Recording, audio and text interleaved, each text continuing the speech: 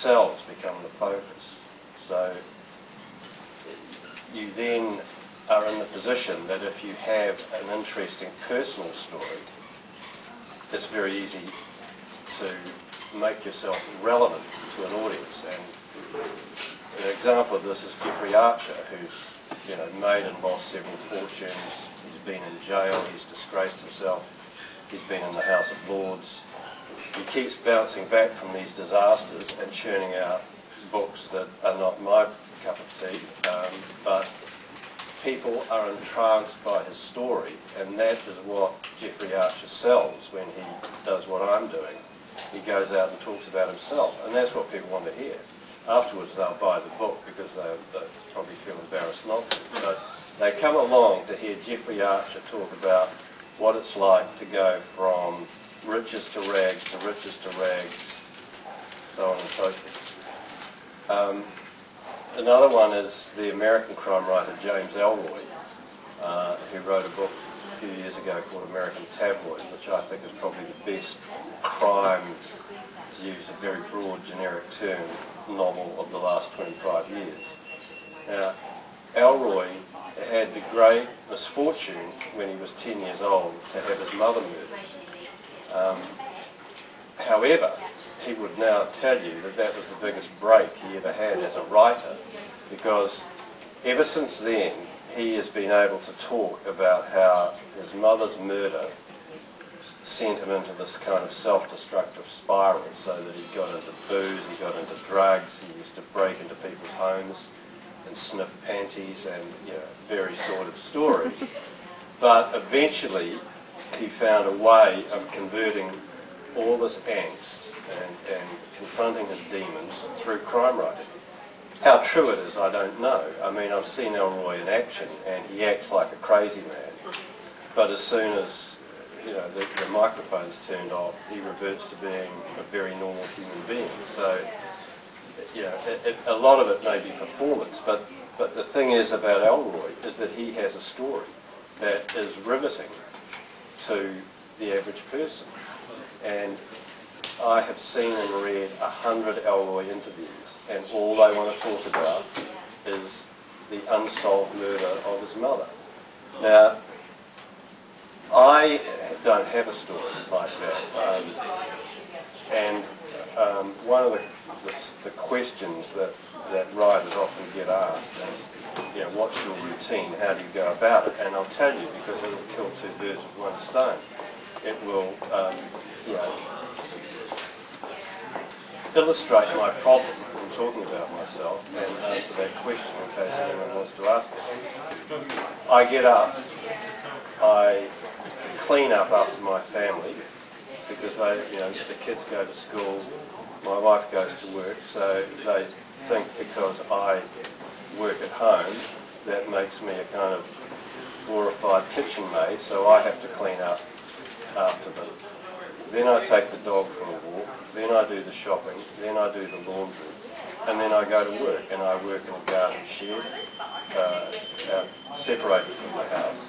So I work, I finish work, I have dinner, I go to bed, and I do that over and over and over again. And that's how books get written.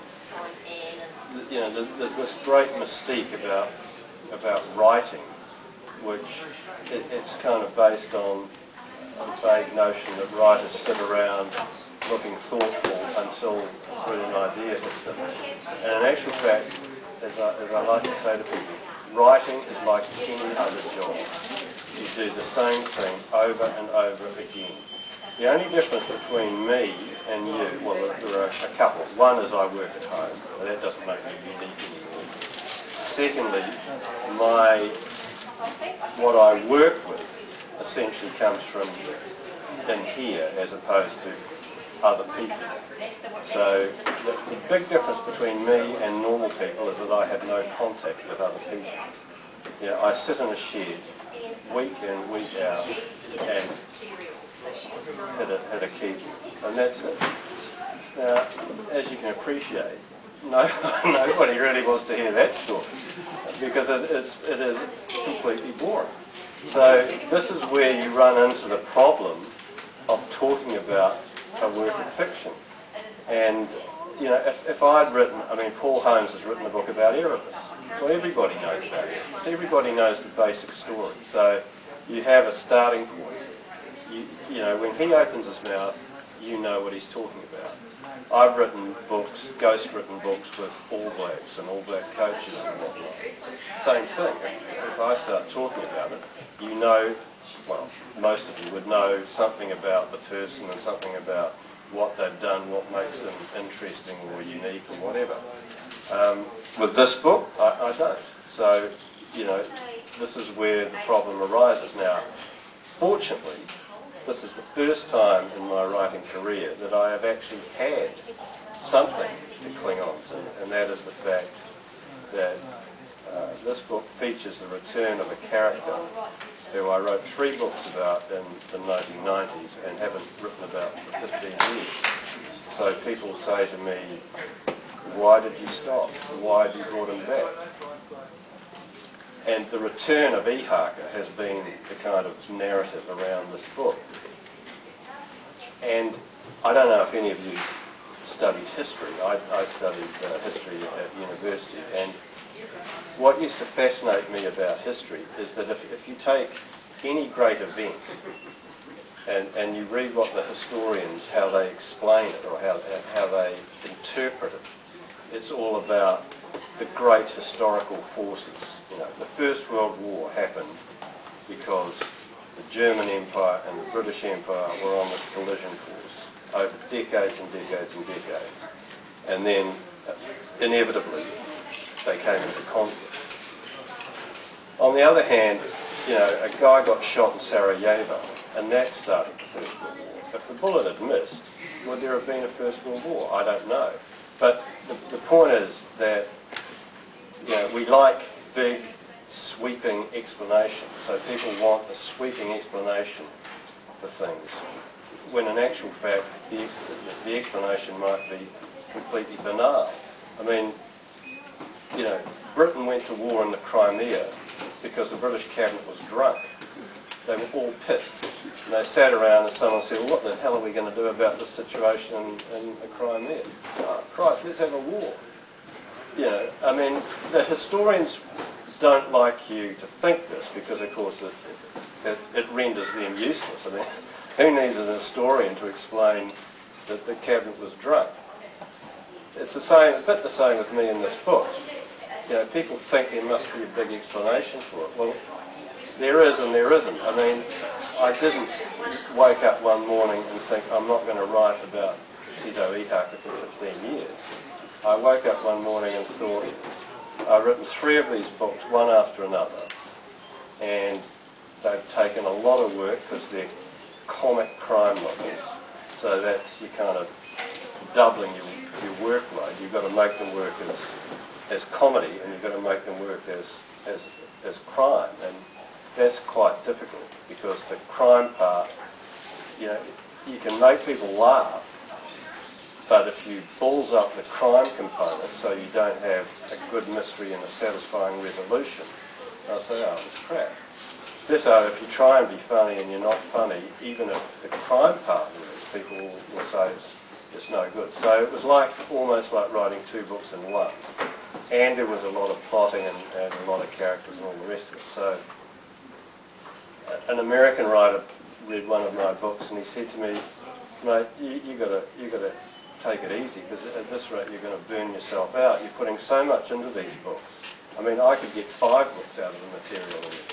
So that was part of it. And part of it was, I thought, well, maybe I should try something to do something different, just because that makes life more interesting. But part of it was just chance, coincidence. Someone rang me up and said, I think we could make a telly movie of this character. Would you be interested in writing the script? You know, if I had known then what I know now, I would have said, fuck off and never ring me again. But in fact, at the time, I was enormously flattered. And I have to admit, I made some money out of that exercise, so it wasn't all bad. But put it this way, at the end of that, I understood every horror story about script writing for TV and the movies that, what you start out with, what people tell you they want, over and over again. What they tell you is brilliant about your concept and your character is what they throw away. That all gets thrown away, and what you end up with at the end is all the formulaic stuff that's been done 100 times before. That's the way the movies work. That's why so many bad movies are made. But anyway, so that was part of it. The other thing that people sometimes struggle to understand is that in this part of the world, if you want to be a writer, like a full-time writer who doesn't teach creative writing or work in PR or whatever, you've got to be realistic and bear in mind that the combined Australian and New Zealand market is, 22, 23 million? I'm not sure of the exact figures, but I mean, there are 320 million people in the US. There are 60 million people in the UK. There are 70 million people in Germany. I mean, ours is a tiny, tiny market, and you can write a bestseller here. I was top of the New Zealand fiction bestsellers list with this book. Well, what that means in numbers, I don't actually honestly know, but it won't be that much, because you think of it, I mean, how many books get sold in New Zealand? Not a hell of a lot. The point being that if you want to write, you can't be precious. What you've got to do is you say, if someone rings me up and says, I'll pay you X thousand bucks to write Tana Umanga's autobiography, do I say, no, that's beneath me, I'm a novelist? Or do you say, sure, fine, I'll do that, because you're working, you've got a gig. So the combinations of these things mean that you don't necessarily sit around writing exactly what you want to write week in, week out. I didn't mind writing Tana Umanga's book because I quite like rugby, and it's interesting to meet these guys and find out what makes them tick. But as I say, if I said I will not write anything but novels that I want to write, I wouldn't be in the position that I am financially. And at the end of the day, my kids don't really care whether the money came from writing a film or a Tana Umanga or a novel. So you just away you go. But the other aspect about the Ihaka books is that there is a formula in publishing, particularly in crime fiction, where they tell you that if you write the same character 6 or 7 or 8 times and you get that character up to a certain level, then you will be successful, because you will have built up a fan base, and the word of mouth off that base will make you a success. So, that's why there are all these crime novelists out there who write books with the same character, who never ages, never changes. And in fact, there are some of these people, I can pick up those books and I know what's going to happen next, because they write to a formula. And there's a very simple explanation for this, and that is people actually want to read the same book over and over again. I know it sounds ridiculous, but it's actually true. And it's like people go to a restaurant and they look at the menu, and there's venison and there's salmon and there's this and there's that, and they say, I'll have a steak. And next week when venison, that could be interesting. No, I'll have a steak. It's the same with fiction. People find a character that they like, they find a formula that they like, they stick to it. That way you're never disappointed. You know when you get on that plane to go to London, for instance, or you're going to the hospital because your mother's in their crook, or whatever the circumstance in which you're reading a book, you know that book will do it for you, because you've read 10 of those guys' books and they always did it for you. That one over there, well, they say it's a great read and all the rest of it, but that's a risk. And that, seriously, is how it works. The problem with that is that you are stuck in a treadmill.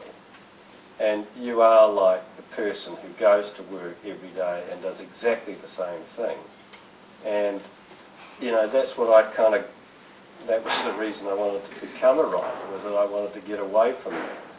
I mean, I know I said before it's like anything else, but it's that the difference is that my work comes from in here. And as long as I can do different things, then my work seems different, even though physically it's exactly the same. But if I'm writing the same book with minor variations, then I'm back to, you know, working in public relations. And as I say, I wanted to get away from that. I wanted to have the freedom of doing what I wanted to do. The downside of that, of course, is that I walked away from what could have been a successful formula.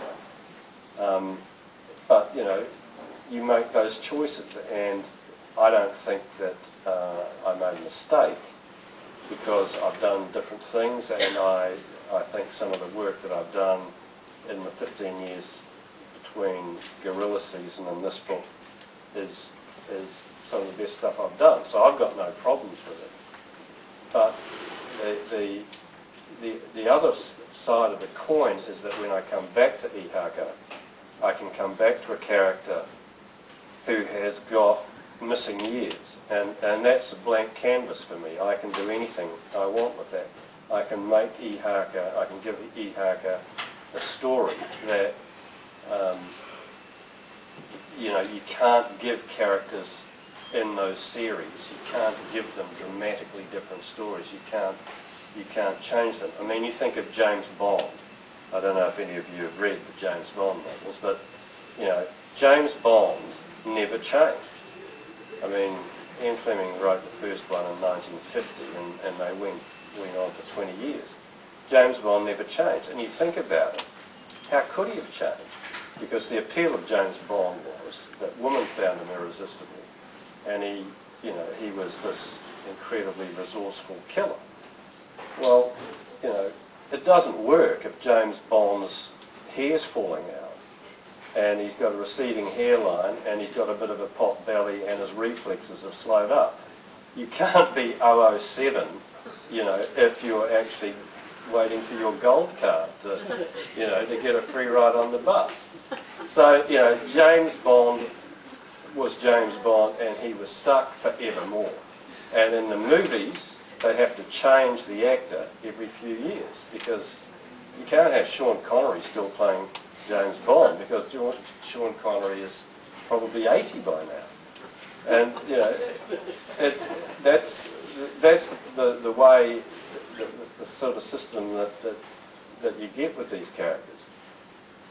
There's an interesting comparison in the movies with actors who essentially play themselves in film after film after film. I mean, the name of their character is irrelevant. They are John Wayne, or they are Clint Eastwood, and those guys played themselves in movie after movie after movie.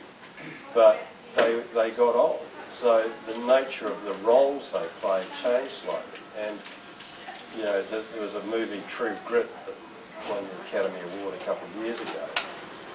Well, John Wayne played Rooster Cogburn in the original version of that back in the 60s, and he played him with a big gut and an eye patch and all the rest of it. And because he was playing a man of his age. And what made it intriguing was that people who'd watched John Wayne throughout his career remembered him as a young man, and then a middle-aged man, and then now he's an old man. And Clint Eastwood did the same thing in the movie Unforgiven. He played himself as an old cowboy, as an old gunslinger. And I mean, it's a very satisfying process to watch, you know, a character age, because that opens up, it gives you opportunities to add to his character, you know, to give him a new dimension, take him or her in another direction. And you can't do that with these characters who never age, because what changes is experience. Is the experience of getting old, and, you know, it changes our experiences. I mean, if you are a James Bond figure, a Lothario, someone who's used to having women fall at your feet, I mean, it's quite interesting to make him 50 when women don't fall at his feet. But of course, the people who buy Bond novels didn't want that. They just wanted him to, have another notch on the bedpost, and good old James. Who's he into tonight?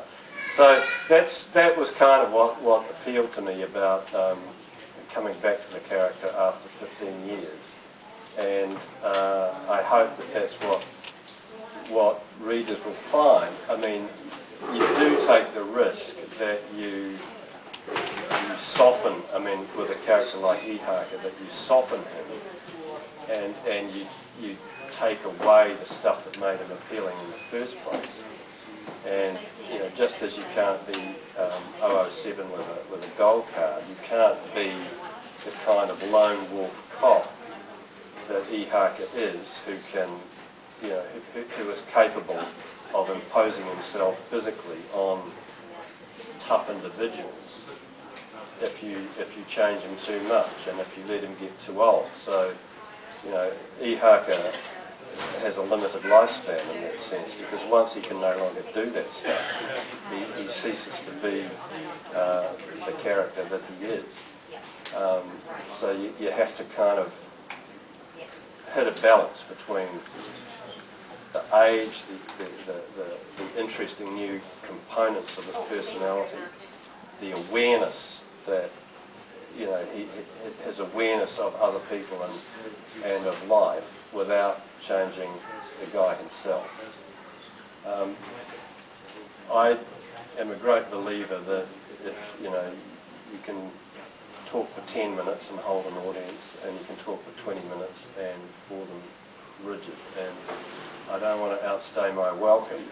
There are a couple of things we can do. I can read from the book, if that's what people would like. But I'm very, very happy to answer any questions. And the thing about questions is that you're actually hearing me talk about what you are interested in, not what I'm interested in, which is a big plus from your point of view, I would have thought. So it's really up to you. I'm very open to suggestions. How much did Ihaka age in the 15 15 years? years. Dead 15 years, yeah. As did I. So we've kept pace with one another. Is Ihaka a detective? Yeah. He's a detective sergeant who has been working in Auckland, out of Auckland Central. But in the book, in that period of 15 years, he's got himself into trouble. So he's been kind of kicked out of Auckland, and the story begins with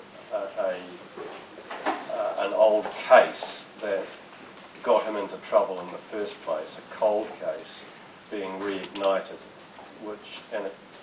that's the mechanism for getting him back into Auckland, and where he has enemies within the police force. So that's a strong element in the book, is police politics, police corruption. Just wondering if there's an issue for you as far as satisfying the needs of people who read the books 15 years ago, and the book you've written now, which I haven't read yet, and I just wonder if it's a challenge to try and satisfy people who are hungry for more of Ihaka. And the gentleman over there who's never heard of it. Yeah, no, well, it's a very good question, and it goes back to what I was saying before about people wanting the same, and I think having left him alone for 15 years, I've kind of obtained the right to change him a little bit, and also to change. It's not just him who's changed. The style of the books have changed. I don't think they've changed to a unsettling degree, but those early books were kind of slightly over the top. I mean, because of the comedy aspect, which was usually quite black comedy, and a lot of it was played played for laughs, and there was some very kind of black situational humour, people getting stuck in pizza ovens, people getting cooked alive in hungies and that sort of stuff. This is much more real in the sense that it's kind of everyday crimes involving everyday people, and the humour is more from Ihaka's voice and Ihaka's take and Ihaka's ability to, you know, just get up people's noses and just be a real hard ass, you know. So someone could identify with them readily without having... Oh, yeah, look, I mean, whatever I've said about the character having changed, I would be very surprised if people who are drawn to this book because they like the character of Ihaka will be disappointed with him. I think he's actually a better character now because he's more interesting. You know, he's more rounded, he's more real, if you like. On this mention of you saying a person has to experience murder to be a murder writer or something and part of the family, how is it Agatha Christie's one of the top murder writers? I mean, she's not had any relationships with murdering a family, and yet Hercule Poirot is one of the solid state constants in her mystery. Yeah, no, I certainly would never ever say that you have to experience murder. I mean, not at all. I mean, you know, the art of fiction, after all, is making things up, to put it bluntly. But I mean, Agatha Christie wrote a certain sort of novel, which actually, you know, they are kind of like, there may still be a game called Cluedo, which I used to play as a kid, where, you know, the idea is you find out, you have cards and you try and work out, it's a card game, you work out who the killer was. And I mean, what Agatha Christie's basic formula was, you get a whole group of clearly distinct individuals, like the retired colonel, the vicar, the widow, you know, blah, blah, blah, and you stick them together in one location and someone gets murdered. And then Poirot goes around working out who the murderer was. Personally, I would say it's pretty obvious reading those books that Agatha Christie knew nothing whatsoever about murder, because they are completely unrealistic. I mean, it doesn't make them bad books. Lots of people like that stuff, but I mean, they bear very little relation to real life. I've got a wee question. When I first heard that you were coming, one of the first things I read were like some snippets and a bit about you and the reviews that came up. And I was like, I had to go back and check that you were a crime writer at first, because one of the resounding things is the humour. And I was wondering if that was something that you had expected with the reviews for the Ihaka books?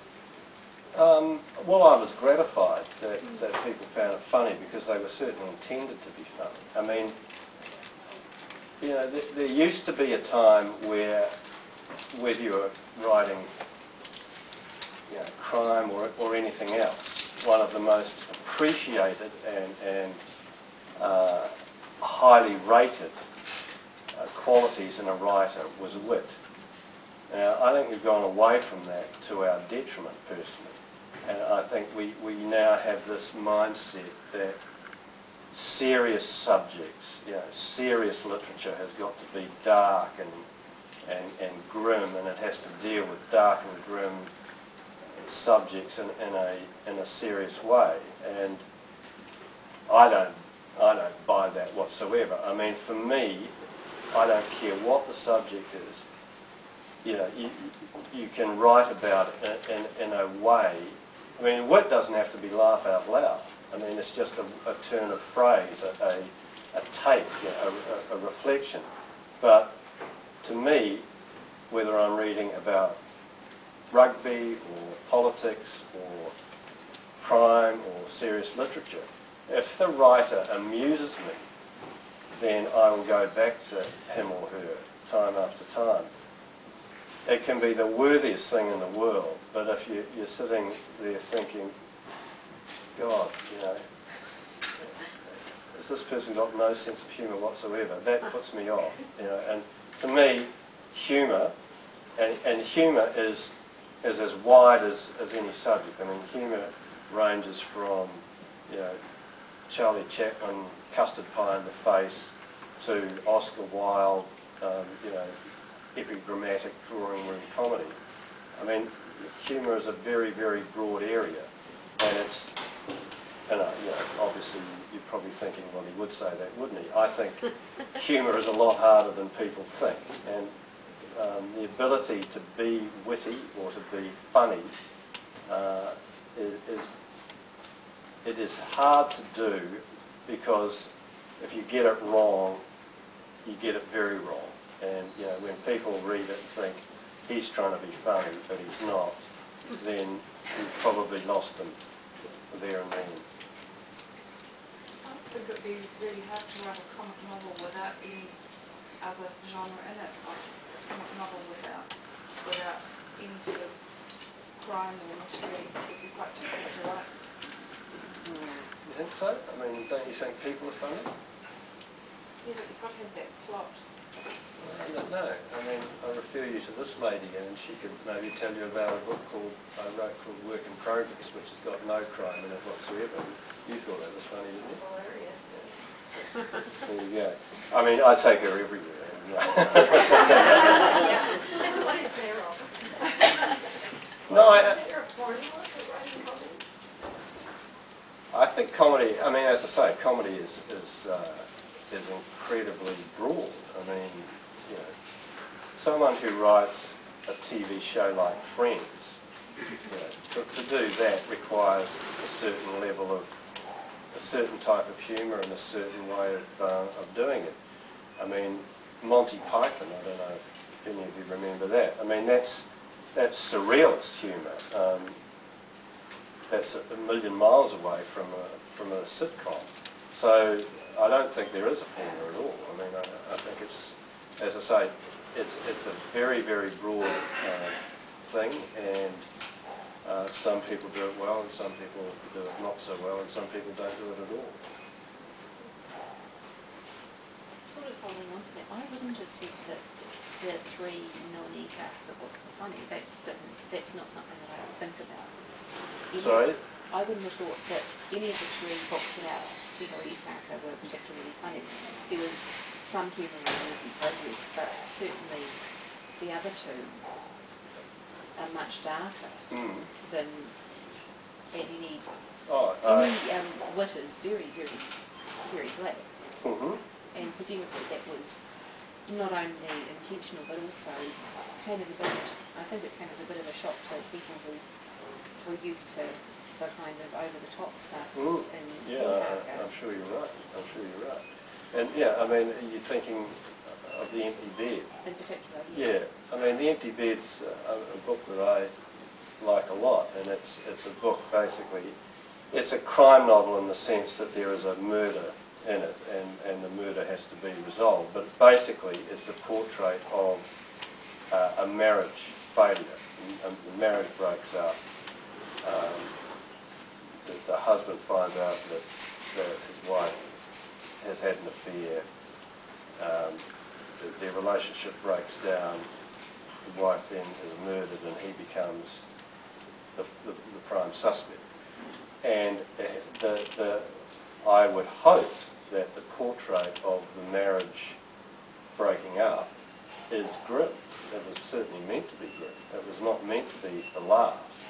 But that doesn't mean that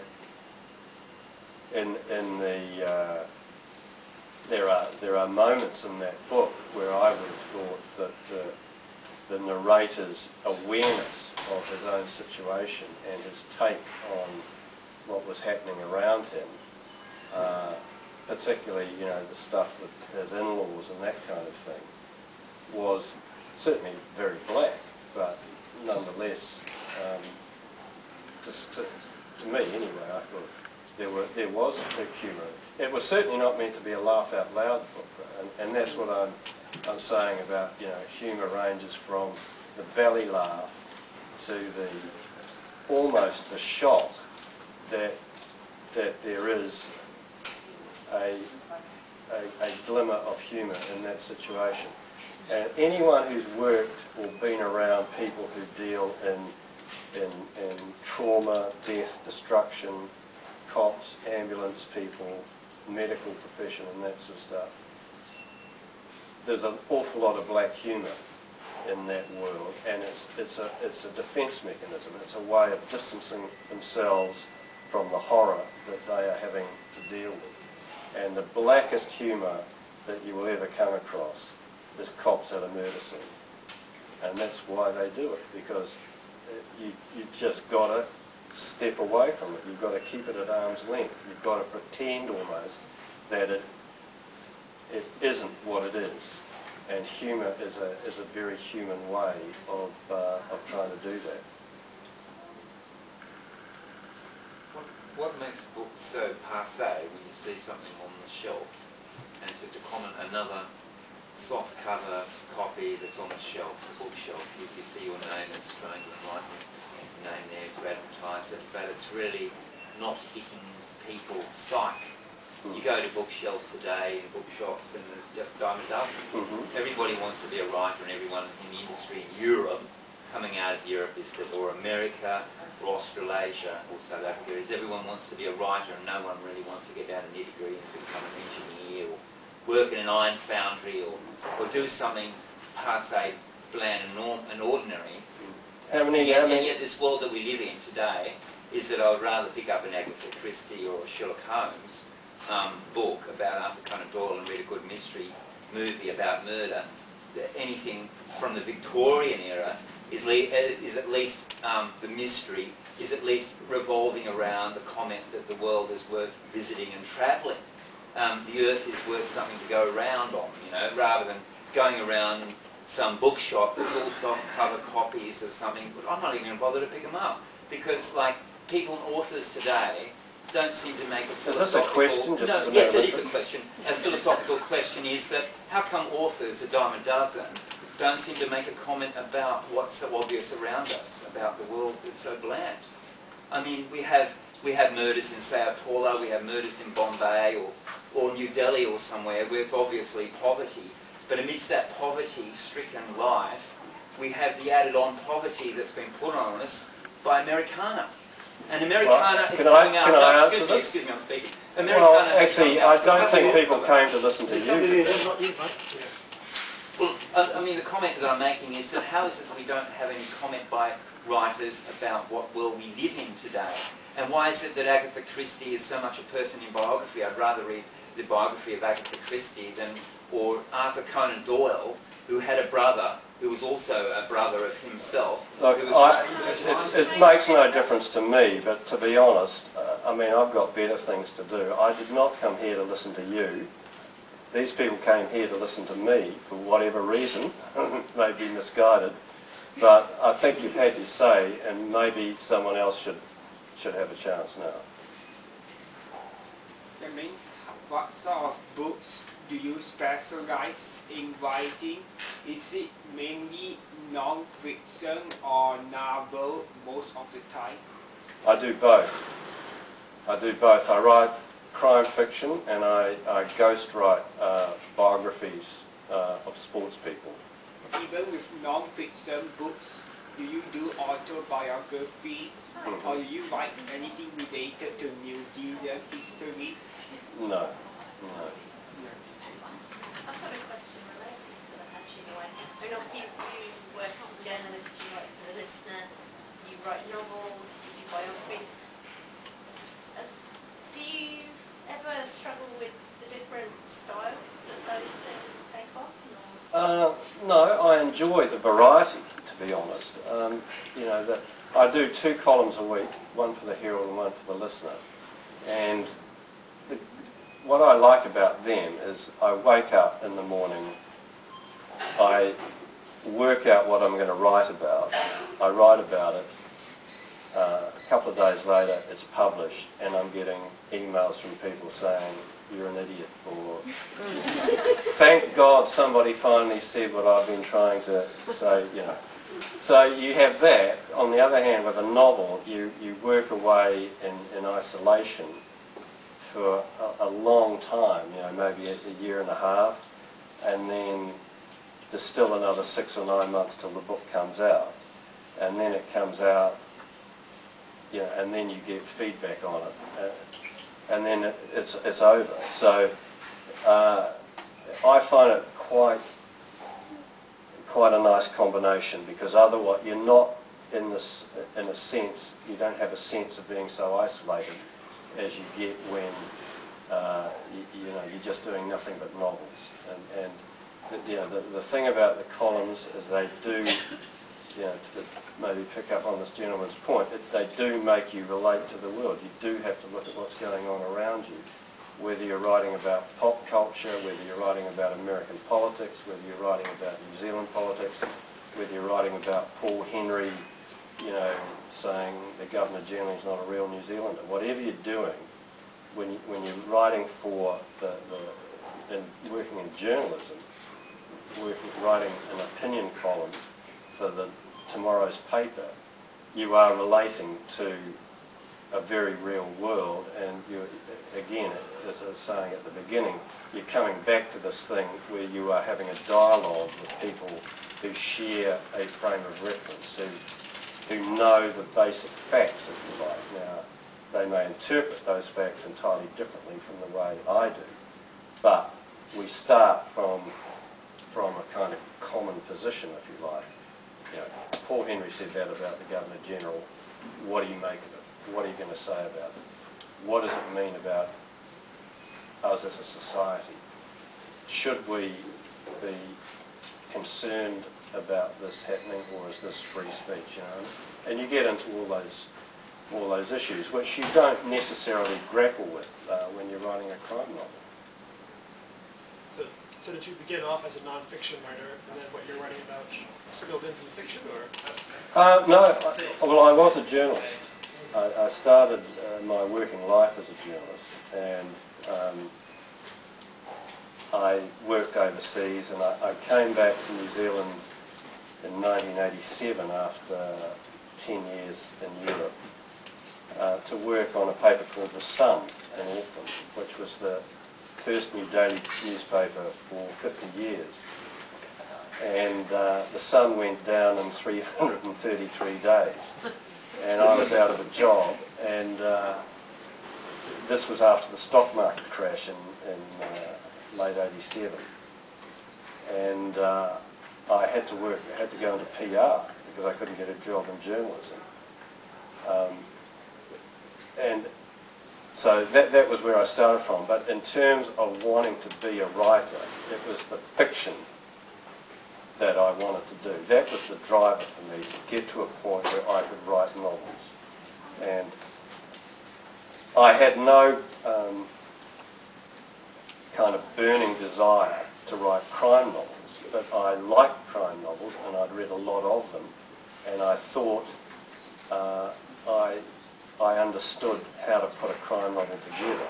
I mean, I think the frightening thing about trying to write a novel for the first time is you start out with an idea, and even if you plot it quite carefully, there will come a point in the process, and it might be after 70 pages or it might be after 170 pages, but there will come a point at which you think, what do I do now? Where do I take this? The thing about a crime novel, if you think about it, crime novels you set up a mystery and then you resolve it. So in that sense, what happens now is never really an issue, because there is always an obvious what now. Even, you know, if you're the cop, there is always an obvious next step. You go and talk to the next door neighbour, or you talk to the guy's ex-wife, or you know, and all those things open up new avenues to take the book forward. And that, to be quite honest, was a big appeal for me, because I thought, I can do this, I can finish this. I'm not going to get 80 pages into this and think, oh Christ, you know, I've got no idea where I'm going here. You know, and that was really why I wrote crime to start with. It wasn't that I had a burning desire to write crime per se. We've got time for one or two more questions, if anyone has one. now that you've got Tito back out of mothballs, Mhm. you're going to give them some more work to do? Yeah. I mean, the Ihaka trilogy, as it's called over there, is 3 novels written in quick succession involving Tito Ihaka. But over the course of the novels, he moves from being a support actor to centre stage. I mean, in old school Thai, Reggie Sparks is really the lead character, and Dwayne Ricketts in Inside Dope. And it's really only in Guerrilla Season that it's an Ihaka book per se. So from a packaging point of view, the Ihaka trilogy had a ring to it, and I knew that Ihaka was the character that people liked, but it was not conceived as a trilogy, if you follow me. Whereas now I do have a framework to write a genuine Ihaka trilogy, and that might do it for both of them, I suspect. That's a pretty good ending. Thank you so much, Paul. Thank you.